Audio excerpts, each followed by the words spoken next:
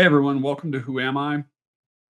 Today I'm going to be doing the show a little bit differently. Normally I have a guest and I talk to them about their background, how they get into hacking, and what their specialty is, area of expertise. But today I'm going to do something a little bit different. I just had a defcon talk at Demo Labs and Red Team Village on a tool that I dropped defcon weekend, a C2 written in 100% Rust, and the feedback's been great. But I wanted to go ahead and do like a virtual presentation as well for people who weren't able to make the conference and are interested in learning more about the tool. And I should say that I'll also be continuing to produce additional documentation and tutorials and write ups and things about the framework because there is a lot to cover with the implants, with just Rust development, API development, all sorts of material that I can cover with this framework. So I will be putting together additional, at least blog posts, write ups. I may do some more videos, but for now, I'm going to go ahead and do like a virtual presentation. So, with that said, welcome to Tempest. It is a command and control framework. A little bit about myself. My specialties as a hacker are in adversary emulation, simulation, a little bit of malware dev, obviously, and AI red team. Some of the organizations that I'd previously done this type of work for include the Department of Defense, SecureWorks, CrowdStrike, AWS, and most recently Box. And I've just got here my social for X at Teach to Breach. I have a website, teachtobreach.io. I've just started updating as I'm putting out this material about the framework. And of course, my GitHub. So, Tempest C2 design theory. I wanted this design to be simple. A major theme throughout the development for myself was keep it simple. I had never worked on a Rust or a C2 framework before, and I was also learning Rust. I was fairly new to Rust as well. I'd written a few one-off tools. I had modified some existing tooling, but this was uh, a much larger project than anything I had tried to tackle so far in Rust. And so I wanted to keep it simple. I also want to keep it simple because I was again new to C2 development and it's very complex. And my thought process was to uh, you know start out simple, and that's why I chose to also use HTTPS callbacks. And I will be adding some additional communications options. I have WebSockets in dev. I have some other plans for some other callback communications protocols.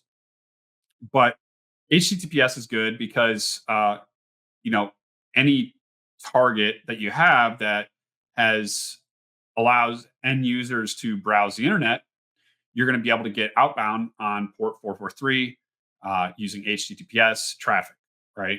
So it's very reliable for egress. But of course, there's times when you would want a different protocol, especially if you're internal and you say you want to land on a server. That server doesn't allow outbound connections to the internet over 443. Then that's why I have other protocols in development for like uh, agent to agent or beacon to beacon comms. But for right now, everything is HTTPS. The default port for implants to check in is port 443, and the APIs for the hacker client for operators to interact with the server, the default port is 8443. And I'll make these configurable in the future, but right now those are the defaults. And again, my theory here was to make things functional first, right? Get everything working, and then we can always go back and add uh, obfuscation and evasion tactics once it's working. And I want to keep it simple. As I said, I wanted to just use API calls. I knew that in theory, what I needed was a server that could receive messages, check-in messages, and a implant or agent running on a compromised host that could somehow send those messages, right? And so I settled on a server that has an API, and then the implant makes these API calls. So the total framework is called Tempest. It has three main components. It has a server that is designed to run on Linux. It has the HTTPS servers with API endpoints, as I just mentioned. It uses a SQLite database using Rusclite for storing information and for retrieving information. It also has internal functions. It has a build function, for example, to build implants. It has a function to convert DLLs to shellcode, for example. So it's got some internal functions that are never exposed really externally, but kind of some internal helper functions for us. The conduit is the hacker client. It is a terminal user interface. It is cross-platform. It's tested on Windows and Linux regularly, and it doesn't require any installation. So you need Rust to build it from source, but once you build the binary can be run anywhere without any additional installation or dependencies or anything like that. So it is a portable executable. Should work in most cases on Windows and Linux, at least where it's tested. I don't usually test it on Mac, but it should work there as well in theory. But we'll see more about the terminal user interface, the conduit client, here shortly. And then, of course, it has implants. These are the programs that we want to run on compromised workstations and allow us to check in with the server and execute tasks.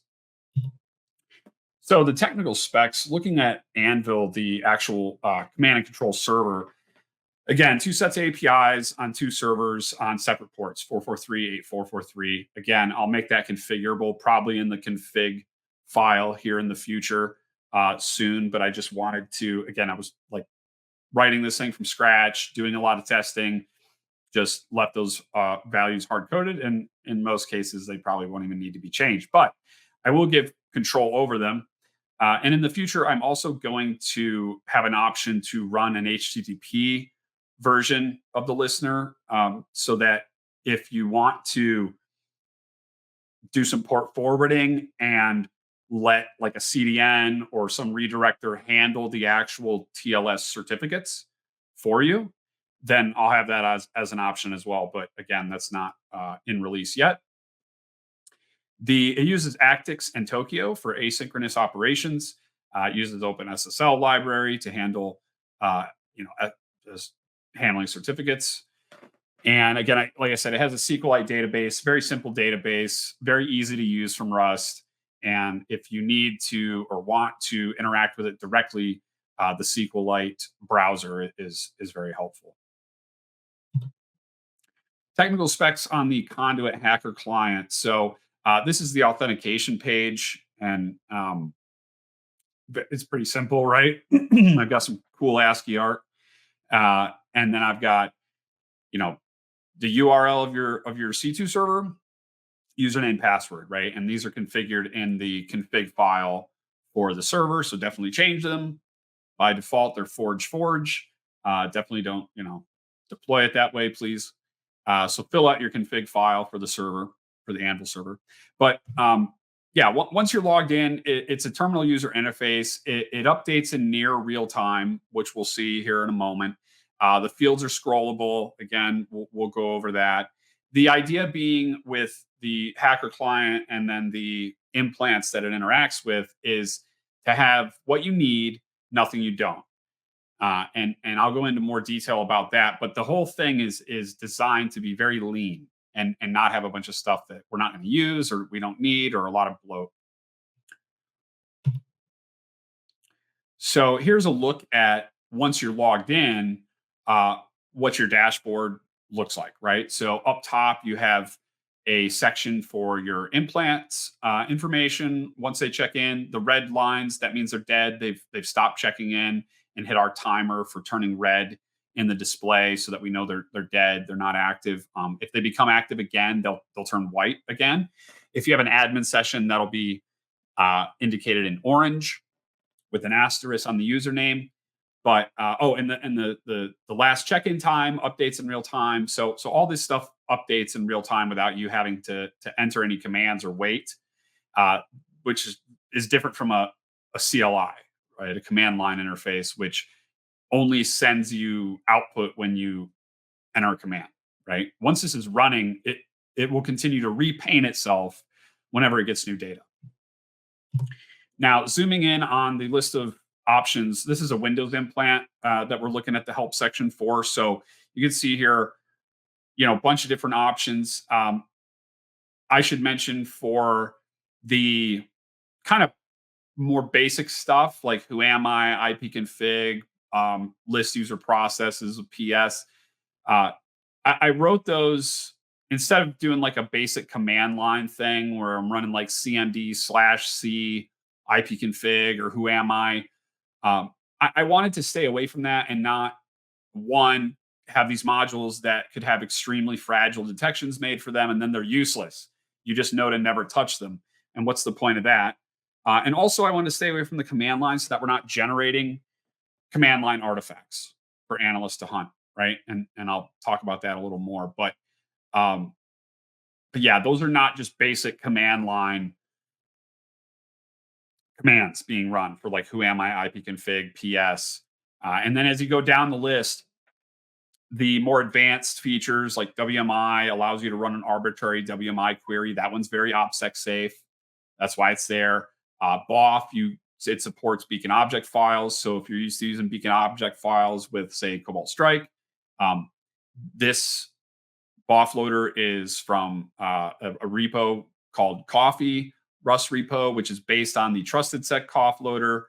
And it's very good and it's compatible with existing BOFs. So you'll see an example here in a moment where I'm using a BOF from the trusted sec situational awareness repo.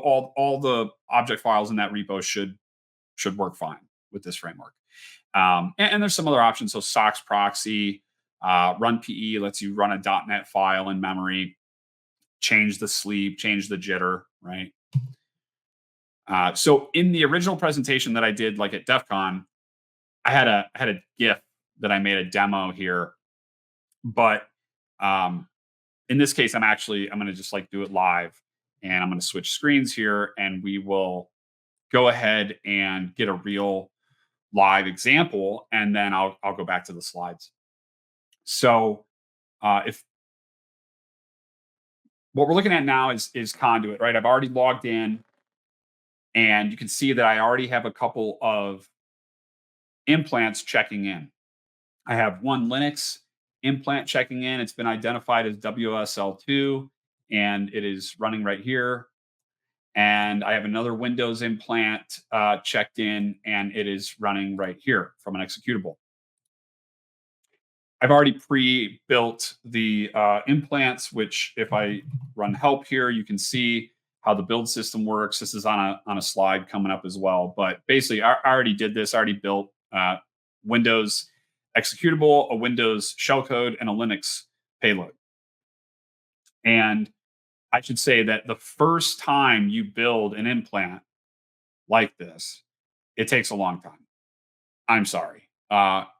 Rust is fast at runtime. It's horribly slow at compile time, like horribly slow. Like even with all the tricks, uh, when you run a build command, it's going to look like it's frozen. I'm sorry for that as well. I'm trying to come up with like a way that I can do a progress bar or something and not block. But right now, it's going to look like it's frozen.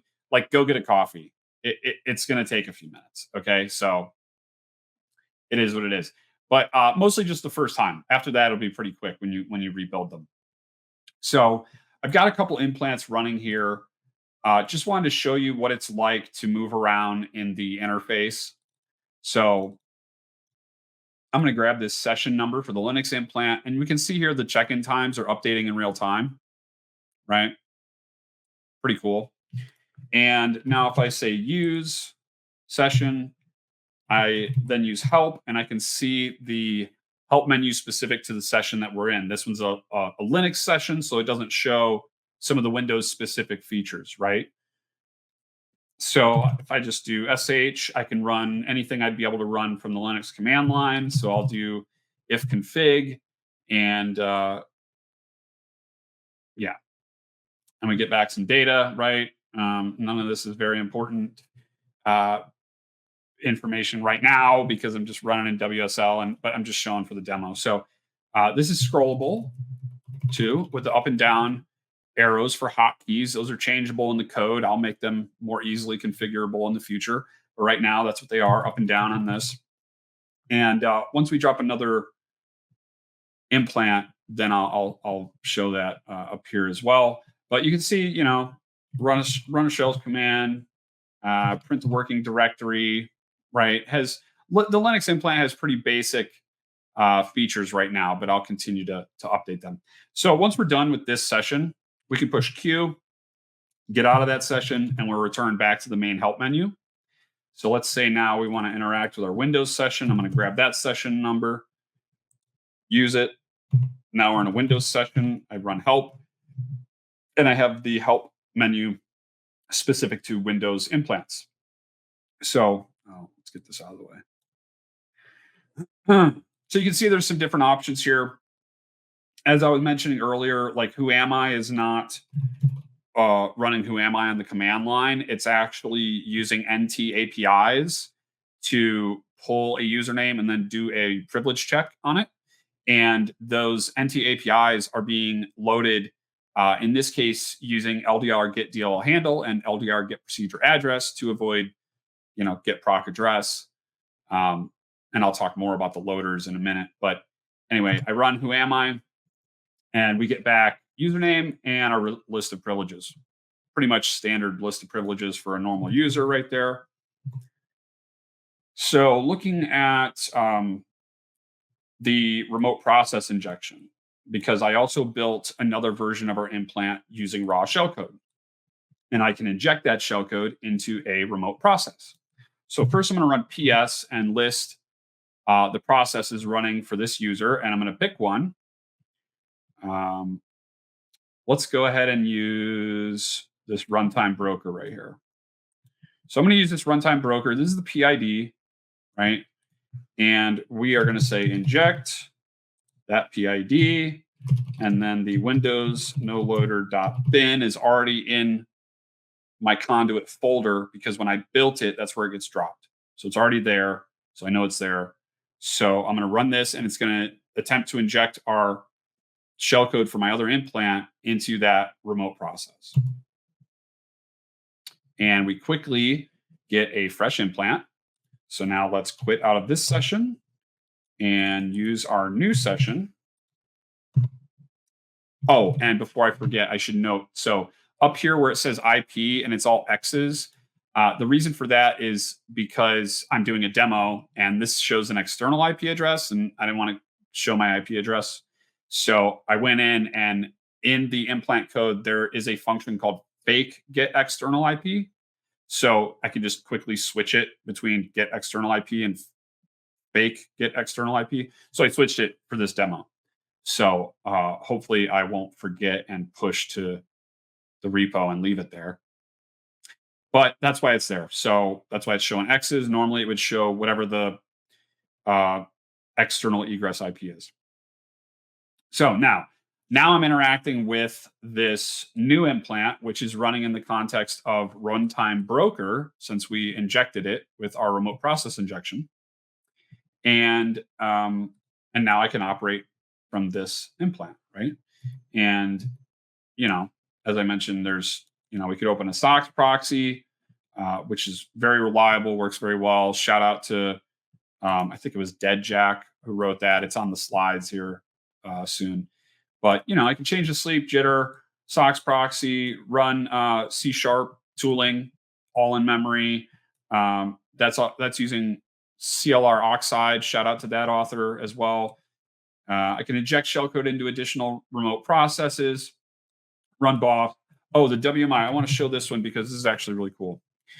So when I was coming up with a way to write this module for listing user processes. The way that Task Manager does it is super complicated. Like I looked at it first and I thought, well, I'll call the same APIs at Task Manager, and it was like a nightmare. So I decided instead to use a WMI query.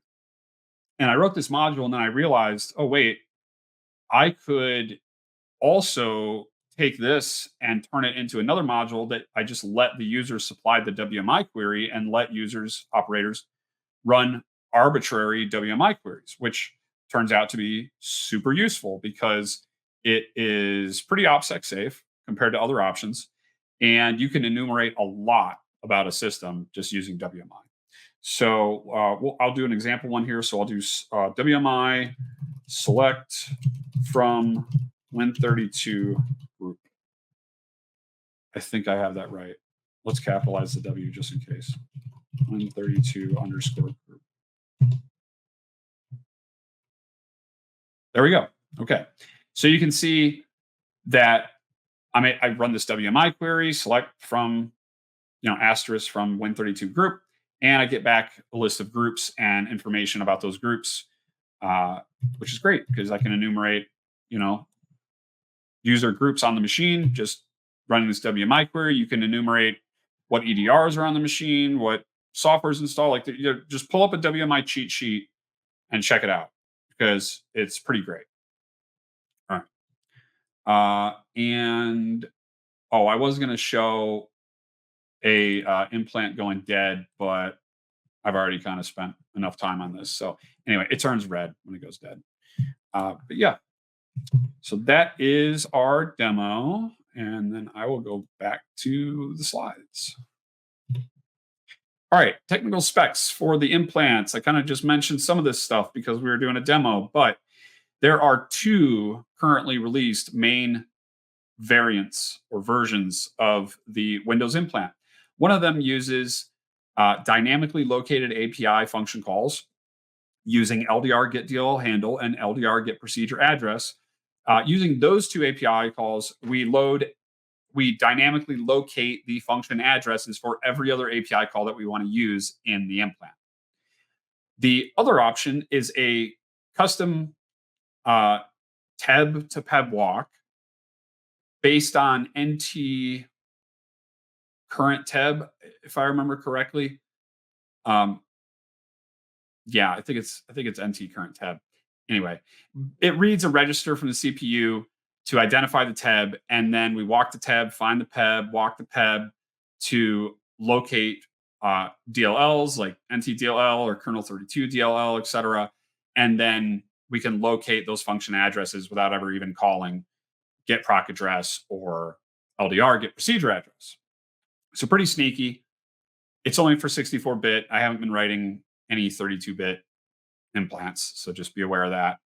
The implants have custom HTTPS handlers. What I mean is normally with Rust, you would use request or hyper, one of these third-party libraries to handle sending GET post requests, right, with HTTPS. But I didn't want to do that. I wanted to use our dynamically located API function calls. So that means I need to make the function calls myself, because if I just use like requests, I don't know how it's loading up those APIs, but probably not as sneaky as I would.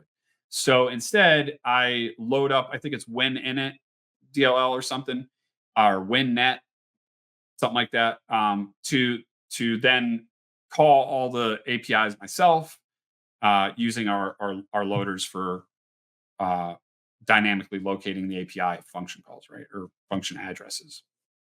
So pretty sneaky, but just, it sends API calls. Modern modules, I just went through the list, so I'm not going to run through that again. But the idea is that everything is OPSEC focused. Everything is tested on a fairly regular basis against very successful EDRs in the space, right? And if something is getting burned, I'm not going to leave it in. It has no use to me. So, and I know now that the framework is public, everything's going to be signatured, right? But you can make minor tweaks to get around the fragile detections that will be based on some of this public code, right?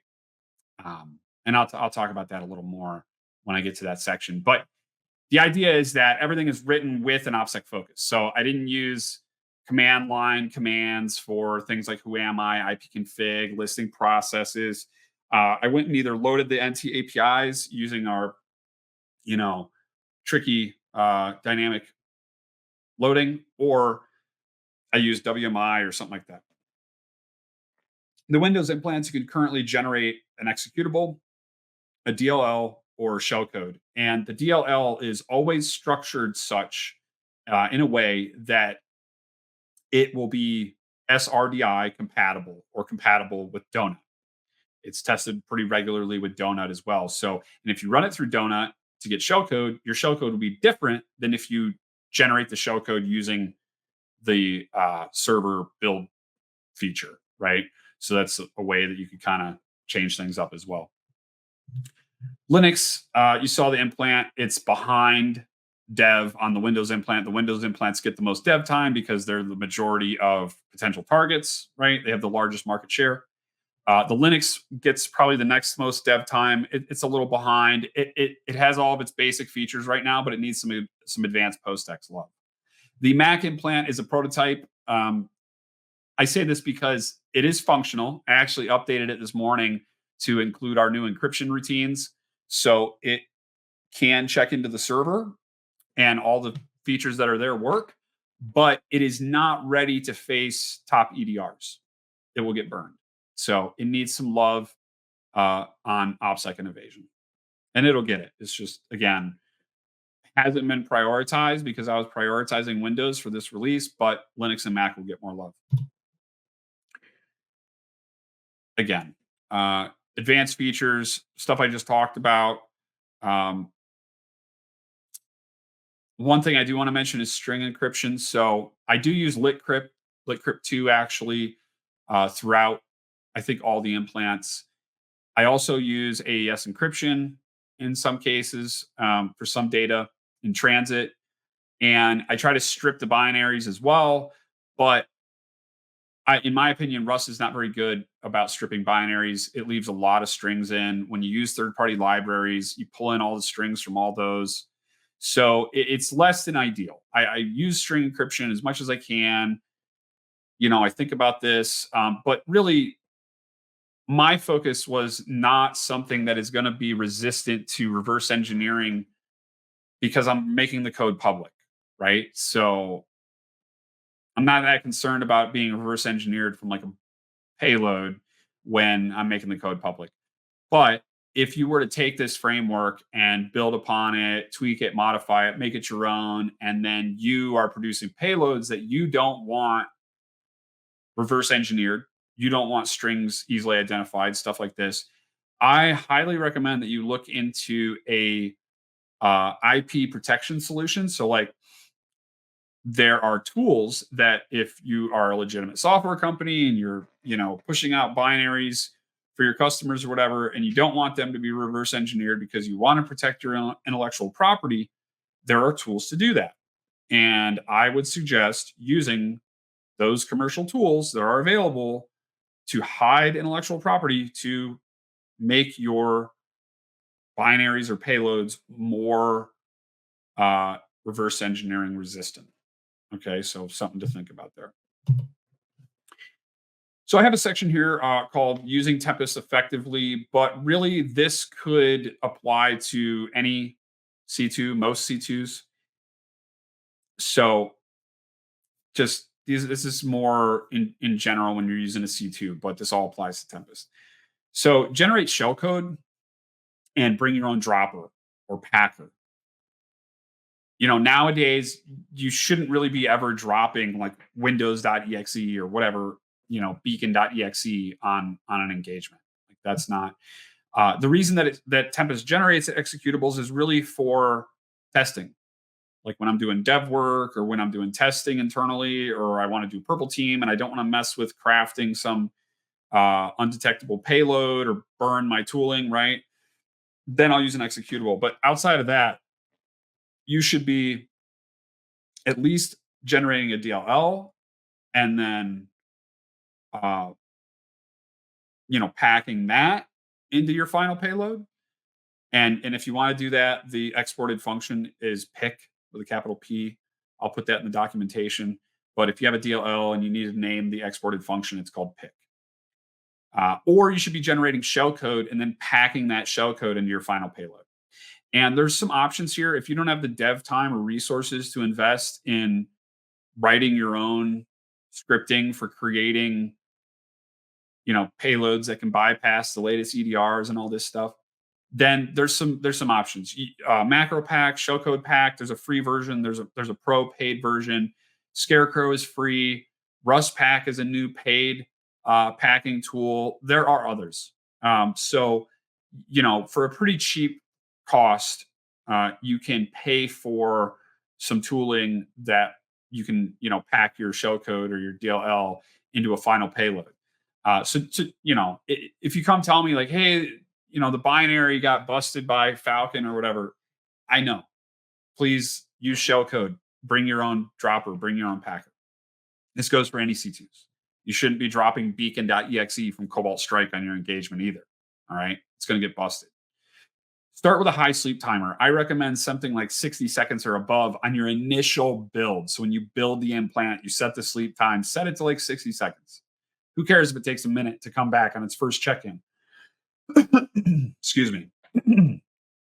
But I also say never drop below like a few seconds. The closer you get to interactive, like real time, the more likely you're going to get burned. So, me personally, I start with like 60 seconds. When it first checks in, maybe I'll drop it to like 25 seconds, give it a decent jitter, 60, 70% jitter. And the way that jitter works is as a percentage of your sleep time. So if you have a sleep time of 10 seconds and a 50% jitter, that's a 5-second variation where that sleep time can now be anything from 5 seconds to 15 seconds, kind of at random in that range. So just so you know, that's how it works. But yeah, never drop to like below 2 or 3 seconds. You're just asking to get busted. Don't use CMD or PowerShell except in testing. You'll notice I included them. I said I wasn't going to include modules that are easily, burned by fragile detections or that leave command line artifacts, but I did leave CMD and PowerShell. I also left SH on the Linux and Mac side because they're useful for testing. They're useful in dev. They're useful for like purple team stuff, whatever. They have uses, right?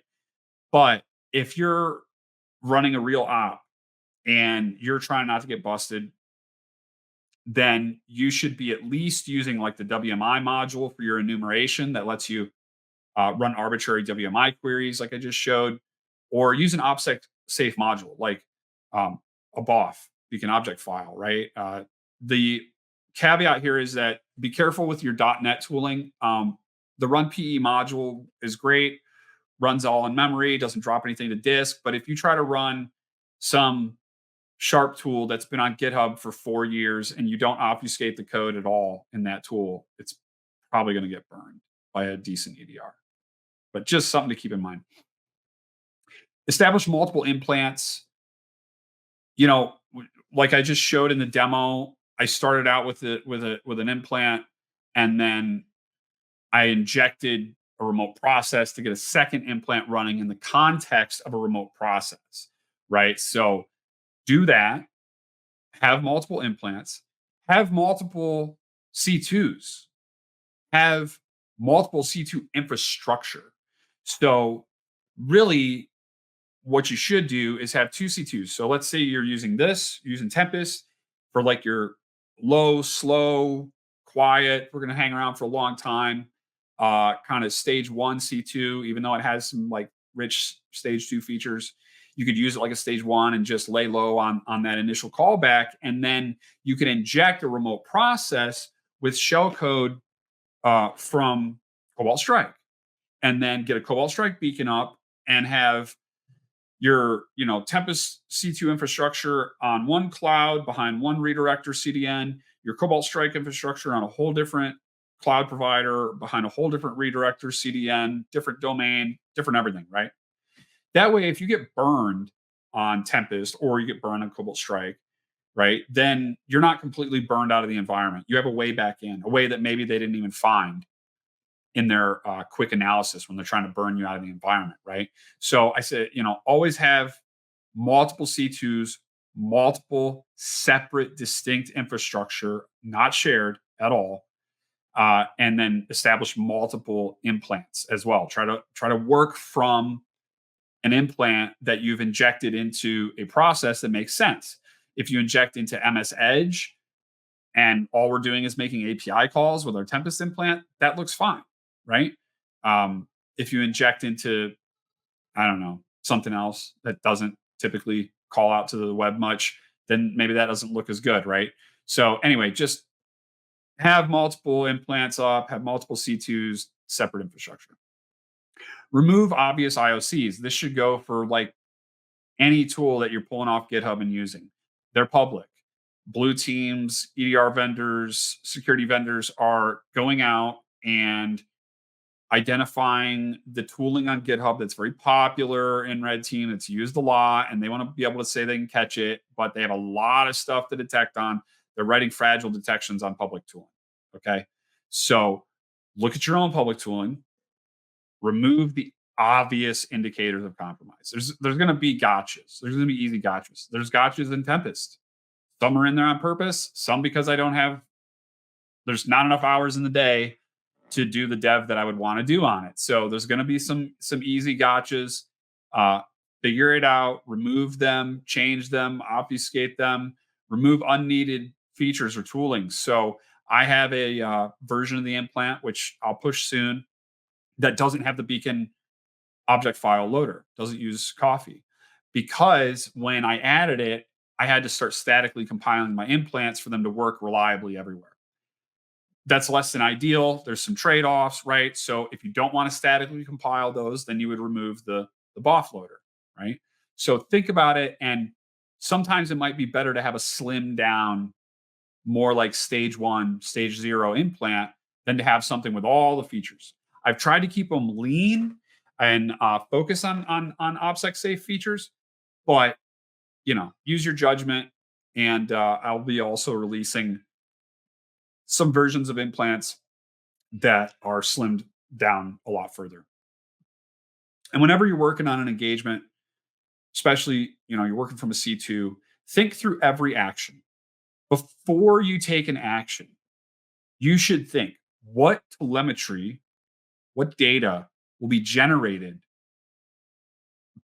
based on this action? What data that a defender, an analyst will be able to access, will be able to look at, that will be generated by me taking this action. If you don't know that already, you should go find it out. You should go learn how EDR, how SIM works, and understand, what sort of data you're generating when you run actions on your implant. You could also look at my code for Tempest and look at exactly how a module works. Look at how WhoAmI works. Look at how PS works. Look at how, my WMI module works. And then kind of what could be seen, right? And then the next thing to think about is, what will the defender think if they see this? Okay. And so if you're just going ham, doing a bunch of PowerShell, and you're running from, I don't know,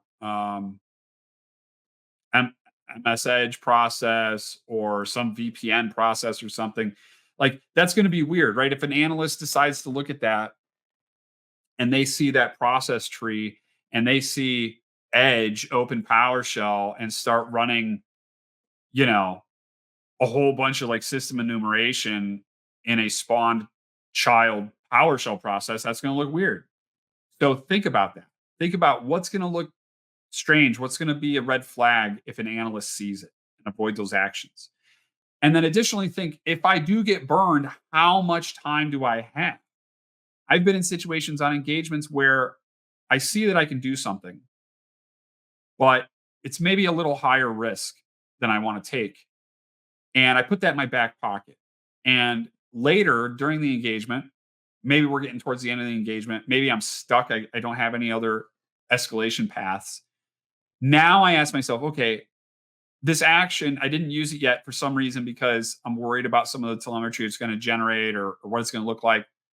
But I kind of need to use it because we're running out of time or I don't have a way to get to the objectives. Uh, but what's the expected response time? Because if it's a day, and I've seen this plenty of times, if it's going to be a full day before somebody takes action on this on the defensive side, then maybe I don't care so much because I can get to the data that I'm after and exfil it and be gone before they get there. And it's you know 3 days before the end of the engagement. So I'm gonna get burned, but I'm gonna get the stuff and get out. Something else to consider. So originally these slides were in here because my demo GIF was like really short. I talked about this stuff a little bit in the demo I did today. But there's a build system. It currently works with the 2 Windows implants and the 1 Linux implant. So you'd say build. Here I specified Windows underscore no LDR. These are on the Anvil README, the options with the correct syntax for building Windows and Linux implants, but pretty straightforward. You provide a target IP, port, sleep, jitter. The port's always 443 right now, but I'm going to make that configurable in a release soon. And it may be different if you're doing some port forwarding or using a redirector or whatever. So I wanted to give control over setting it, but pretty straightforward. And like I said, first time it takes a while. Go get a coffee. WMI module, I already went over, right? So in this example, earlier in the demo, I said WMI select asterisk from win32 underscore group. That enumerated the user groups on the system. In this case, I did select name from win32 product, which is a good query to help identify EDR products that are running on the machine. And here you can see that I did identify something. You can maybe guess what it is. But the point is, I'm running my implant against that EDR, and I'm running this WMI module with no problems, and it's helping me identify what EDR is installed. Run PE, as I said, this uses CLR oxide on existing Rust library. It's available on GitHub. It loads .NET executables, sharp tooling in memory. Here in the example, I'm using sharp EDR checker.exe. I just took off GitHub to identify EDR on the system. In this case, Defender. You can see it ran fine. No issues getting past Defender. But if you try to do this against, a different EDR, I would make sure that you obfuscate your sharp tooling, unless it's like custom private tooling, right? You should be fine. But if you're taking some tool off of GitHub, I said this earlier, as far as the sharp tooling, it's going to be under more scrutiny than a off. Offs are safer, in my opinion. So just keep it in mind. You may want to obfuscate that tooling. The BOF loader, here in the example, I am loading the Who Am I BOF, taken unmodified from the Trusted Sec situational awareness repo, which if you haven't used that repo, give it a look. A bunch of great stuff. You can enumerate all this stuff about the system just by loading these beacon object files. I also want to specify, I did modify the CLR oxide and coffee implementations to do things like accept arguments. So in both cases, the run PE module, the BOF module, you can add arguments, not just the executable or the object file that you want to run. I understand the coffee has been updated since, and now it supports arguments, and it has better integration for C2 setup. But that wasn't out yet when I wrote this, so I have a fork that's modified to do this. I will probably actualize my fork with the new updates on coffee soon, but as of right now, they're separate. But it does support arguments. Inject is the remote process injection. I also showed this in the demo by injecting into the runtime broker process. You can inject into any remote process that your user has permission to interact with or is running under the context of your user. This is based off of an old process injection called Urban Bishop. It has been ported to Rust, heavily modified, and I've added some techniques of my own that I've used with other tools that I've written. So it is not a direct translation or transpiling, whatever, transpilation, whatever. It's not a direct port, but it is based heavily off Urban Bishop. So I wanted to give credit, but it is a very effective remote process injection. It is tested against, you know, very popular EDRs and works very well. It's very effective. So use it before it's burned because it's public now. But I will be releasing some more process injections. But this one is very effective for now. Safer socks. I say safer because in my experience, I have seen socks proxies implemented in C2s in the past in kind of an unsafe manner.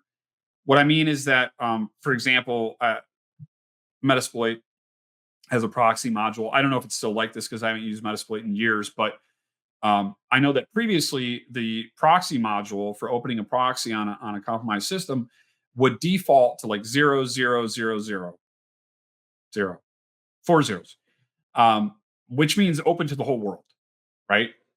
So that's not ideal because you could inadvertently open a open proxy, open tunnel into the client network, whoever your client is, right? Wherever the compromised host is. So I wanted to make sure that this would not be the case, like by default for Tempest. So the way that I designed it to make sure was to lock down the proxy when you open a SOX proxy. The client gets started on your victim machine. The server runs on our C2 server, but it is locked down to local access only. So, in order to actually use the proxy, once it's established between the compromised host and the server, you need to SSH into the C2 server from your attacker machine with this command, forwarding uh, this 1080 port in this case. Actually, it's always 1080. You can set an arbitrary port for the connection between your victim machine and C2 server, but the port right now for forwarding ports between your attacker machine and Anvil server is always 1080.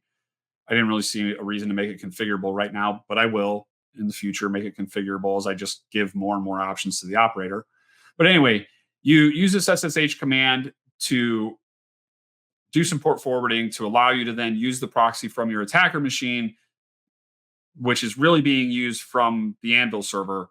And so the connection is set up in a way that the only way that you can get access to the proxy and run tooling, utilize the proxy that's in the victim network is if you're on the C2 server, right? If you have user access to the server. So that's why I set it up that way. It's not ideal that it requires this out of band uh, connection, right? You can't do this from the conduit hacker client. You have to, open up another terminal and run this SSH command yourself. You have to make sure SSH is open for you on your C2 server, etc. But I thought this was the safest way to do it, and it's very reliable this way. But just a note there on how that works, and I'll try to make it more user friendly and able to be um, launched from the conduit client instead of this out of band SSH command. But right now, this was simplest thing to do to also make it, safe.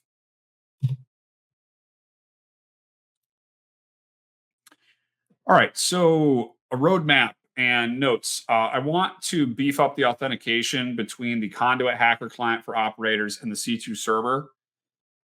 Right now, it's just use your password. You get a session token. Use that session token for subsequent API calls. Right? Um, Not bad, not great. I would like to add SSH key auth either as a second factor or as a standalone factor. Um, but I'm gonna have SSH key auth over HTTPS or TLS. I think it's cool. I think it can be done. I'm gonna do it. I'm going to provide additional configuration options to operators and have less hard-coded config. As I've mentioned during this presentation a few times, there's some things that are hard-coded. The ports on the C2 server, for example, There's a bunch of other stuff. I will continue to build out the configuration file and the C2 server setup in order to hand more control, more granular control to the operator. That includes for implants in the future. I fully intend for them to be modular and to have templates that you can modify almost like Malibu's C2 profile, but probably less involved than that. But they'll be modular and templated builds, and there will be different variants, which will make it much more difficult for security vendors to build fragile detections against them. And hopefully, they'll focus on behavioral detections. I'm going to have alternative callbacks. I talked about this earlier. Right now, it's just HTTPS. Um, in the future, I'll have WebSockets that are already in development. I'll have some additional protocols. I'll have peer-to-peer implants, right? Additional custom PostX. So, it's pretty lean right now. As I said, I want to implement Kerberos. That's at the top of my list.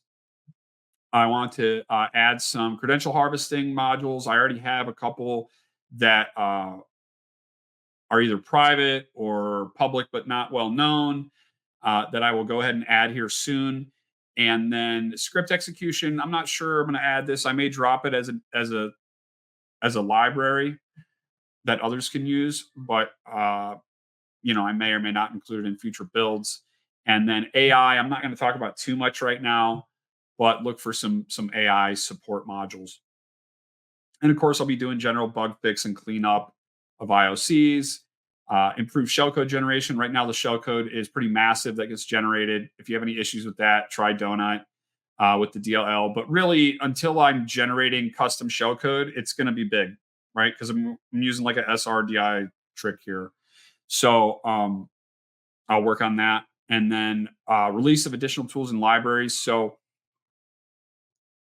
I'm going to try to make future features and modules individual Rust crates so that other people writing C2s in Rust can just import them as libraries and call functions from them, right? So I will be releasing additional tools and libraries, mostly libraries, crates, Rust crates, as part of this project. So here's some GitHub links. Tempest is linked at the top. That's the framework we're talking about. Then I've got links to the modules that are based on or directly use existing tooling. So the only parts of my framework that I didn't just write myself are the BOF loader, SOX proxy, the run PE module, and the remote process injection. I did write myself, but I based it on Urban Bishop, so I gave some credit here. But those are the only ones. The rest of the framework I just wrote. I didn't look at code examples. I didn't borrow code. I didn't borrow snippets. Nothing, right? It was a learning project. So I pretty much just wrote it and rewrote it and, trial and error, right? But I wanted to give shout outs to the people here who had direct code contributions. So I said, the BOF loader comes from Coffee. It's a slightly modified version. Check out the original version. It's called Coffee. The SOX proxy comes from, I believe, DeadJack. You check out the original version. The links I give here for the ones that are direct code contributions, I'm actually linking to my forks because they are modified and they are modified to integrate with Tempest. And I forked them to maintain control and consistency with Tempest dev, right? So these are the forks. Check out the parent projects that I forked them from, and shout outs to the original authors. The sleep obfuscation I released separately. It is not as reliable as I would like it to be. That's why it's not included in the implants right now in Tempest. It is released separately. If you want to play with it, I released it as a separate library. It's called Reco X. It is based off of Spider's Echo and Echo X. Shout out to Spider. And Trickster also shared, some information with me about porting it to Rust. But it has a bug that can cause some arbitrary crashes or issues. So as I'm still working through that and figuring out how to get it fully integrated with my implants, I'm using a different little trick for sleep obfuscation right now. But if you want to play with my Rust version of Echo X, you can go check it out. It's called Reco X. And shout out to Spider and Trickster for that. And I've already talked about the remote process injection a lot, but it's based on Urban Bishop, right? So you can go check that out.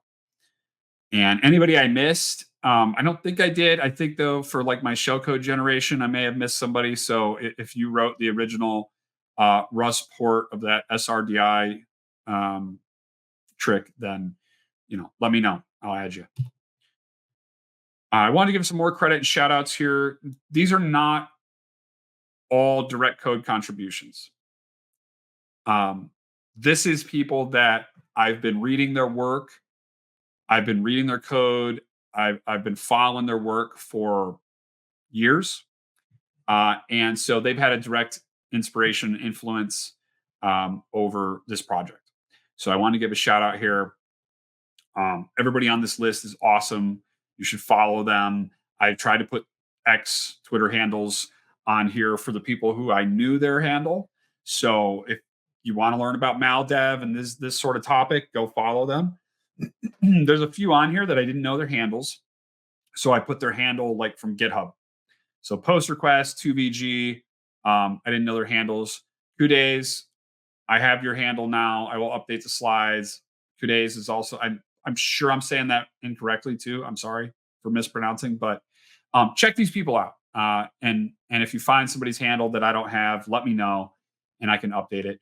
And also I want to give credit to Raphael Mudge, the original author of Cobalt Strike, for doing this video series called Red Team Ops with Cobalt Strike. It is on YouTube. It's probably other places.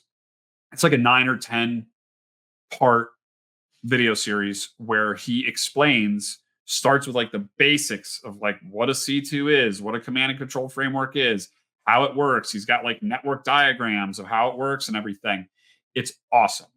So definitely if you don't really know what's going on under the hood with the C2, I would start with that video series, Red Team Ops of Cobalt Strike. It's going to give you, it's like just a great breakdown of what command and control frameworks are doing under the hood, how they work, and how you might utilize them.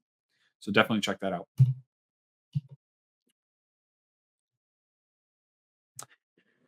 So some final thoughts. Learn malware. If you are a red teamer in the space, you're a professional red teamer or want to be one, I highly recommend that you learn at least some malware dev. You should be able to modify public tooling to remove IOCs or modify it for your own use case or obfuscate it. You should be able to write your own payloads. As I said, you want to bring your own payloads. You want to write your own packer or have scripts to generate, initial access payloads or droppers. If you don't know how to do this, again, learn malware dev. Follow the people I mentioned on the previous slide. Check out places like Malcore, Malware Dev Academy, Spectre Ops has a course on it. NetSpy used to have a course on it. Like there's courses, right? You can get this information. There's a lot of free information out there. You can go read papers on malware on VX Underground. There's a ton of free papers there. So, but you should learn malware dev. There was a time when you could just load up Metasploit and drop a Metasploit payload, use some MSF Venom tricks, and go nuts. That time is passing. It is becoming more and more important. If you want to be really successful in this space, then you should have at least some malware dev capabilities. And if you're a small team and you can't afford the dev time, then as I mentioned earlier, there are paid options.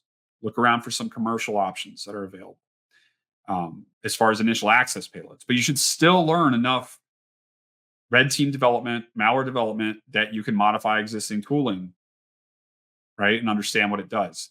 Learn how EDR works. So this ties in with malware dev because part of why I think you should learn malware dev is not just so you can create tools. Because I know I can throw together a bunch of stuff that's been sitting on GitHub for years and bypass security stacks all day.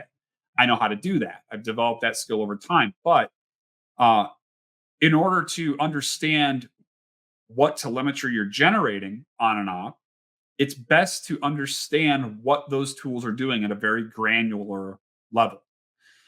And then as far as learn how EDR works, red teamers put out blog posts, tools, videos like this, right? We want to talk about stuff, share stuff. Blue teamers do that too. Analysts do that too. People working in CERT, people working in detection engineering, they all do that too. So you can learn how detection works by going, following those people on the detection side of the house, reading their blogs, looking at how they make YARA rules and all this stuff. And you can get an idea of how they're going to burn you. Know your adversary, right? Don't let perfect be the enemy of good. If I did that, this project would never see the light of day. It probably wouldn't even got to this stage because the whole time I'm looking at it with imposter syndrome going like, this sucks, right? But I have used it on live ops against, you know, organizations spending a lot of money on a security stack, buying the latest and greatest EDR with very high rates of success. Okay. So don't let perfect be the enemy of good. Work on stuff, keep working on it. It doesn't have to be perfect, it has to work. Keep tabs on AI agent developments. We are right around the corner from offensive agentic AI. I don't have time to talk about it right here. I'm sorry. I shouldn't say that in a presentation, but it's true. It's a huge subject. Check it out. Keep an eye on it. Keep an eye on what's going on. Um, that's all I'm going to say on it here before I go down a rabbit hole. But we are right around the corner from offensive agentic AI. Be aware. Think about it. Be passionate. I am grateful to be a hacker and to be able to make money doing it and to be able to share it with you. I don't like other jobs.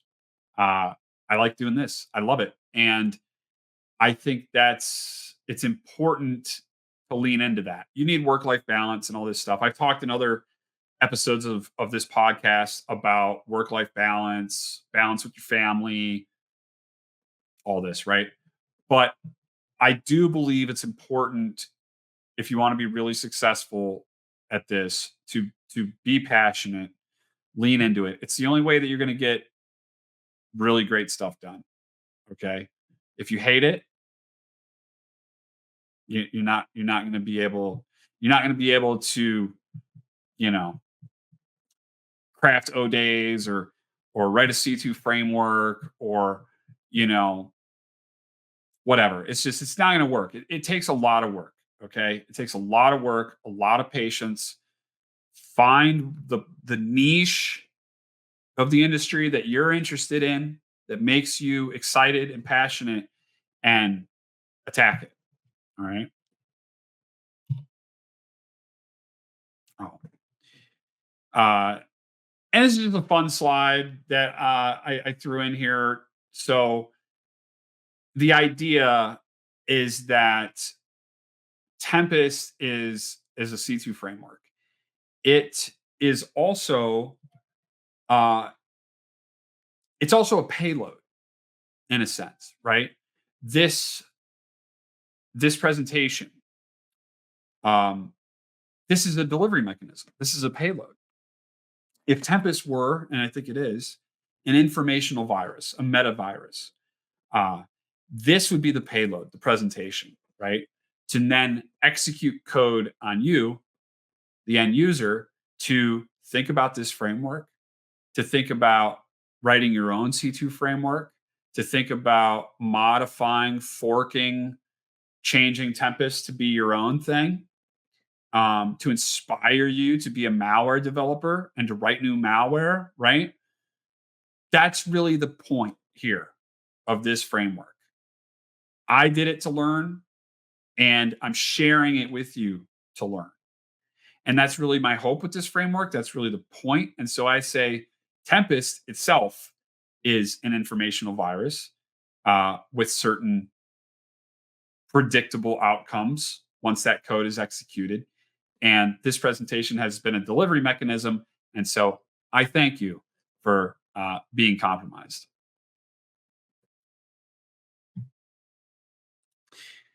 And that is my full presentation for C2, for Tempest C2 at this time. Kind of an intro.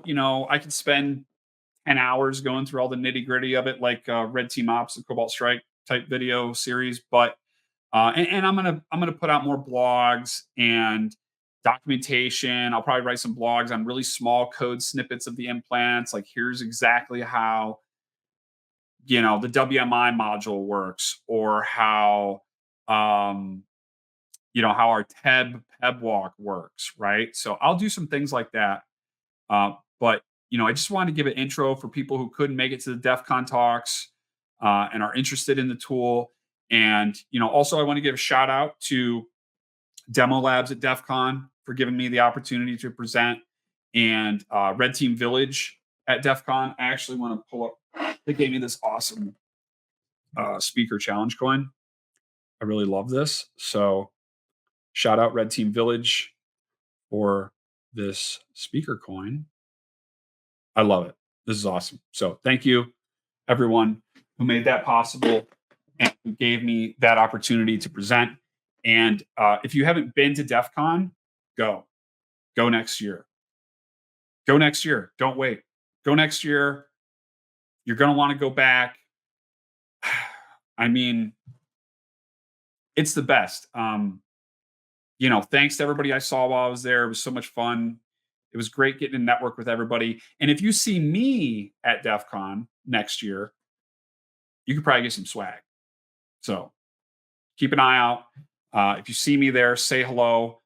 I love DEF CON. I go to other conferences as well. You might catch me at another conference. If you do, ask me for some swag or something, bother me about the podcast. I'd be happy to talk to you. But really just want to say, get over to DEF CON, or get to some conferences at least, but definitely get to DEF CON. Don't keep waiting. It's a great conference. I had a great time. And thanks again to the people who gave me the opportunity to present and release my framework there, which was a big deal to me. So again, if you want to check out Tempest framework, it is on my GitHub, Teach to Breach /Tempest, right? If you want to stay up with my latest work, X is the best place to follow me, at Teach to Breach. And then also, if you want to check out my website, again, it's teachtobreach.io. That's teach, number 2, breach. And I will throw it up here real quick. There you go. So there it is. It's been great. Thanks, everyone. I'll be back soon with guests for our regular episodes. All right. Thanks. To an end, to an end, to an end.